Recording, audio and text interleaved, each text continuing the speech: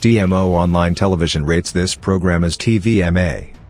It is intended to be viewed by mature adult audiences, and may be unsuitable for children under 17 as it might contain strong political themes, gestures, and body actions. This Mazi engineer, the Dr. Maziz, the Dr. Maziz, there is a Dr. Mazi, Bob Mazi. He graduated, he went to Latulin Primary School, Toilet Secondary School, graduated from Batox University, and got a master's in Anas University.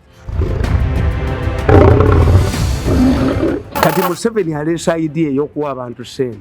Omanyi kye bakola kati? What they are doing, bagenze mweyo obukonge bwonna national identity card abantu ze balekayo ne bazijjako ennamba zaazo. Ze bakompilinze okutwalibwa Nabbanja. Which means a person who could get 100,000 Museveni ayinza okukisanga nga takisobola. Not because nti yakiremeddwa naye bayinflating the figures.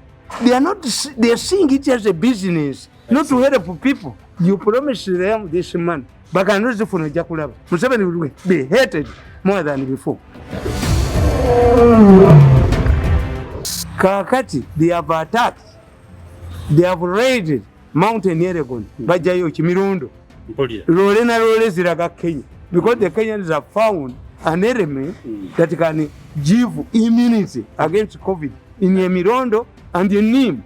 I see. The leaders are there.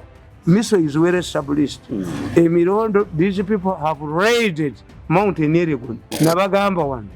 Before the locusts arrived in Uganda, bagenda nga ne bagula amakutiya, sacks of locusts, ne bazireeta mu Uganda.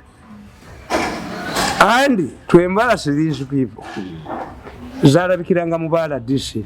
Bamwine yaziraba emukono.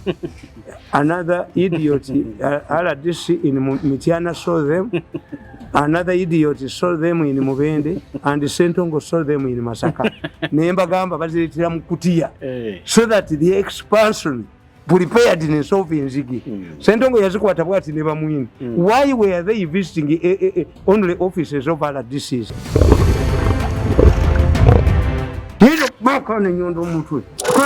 Bang, nile kumwe nyondo. Nivule nje kube nyondo. Lakini silikako. Gende uo.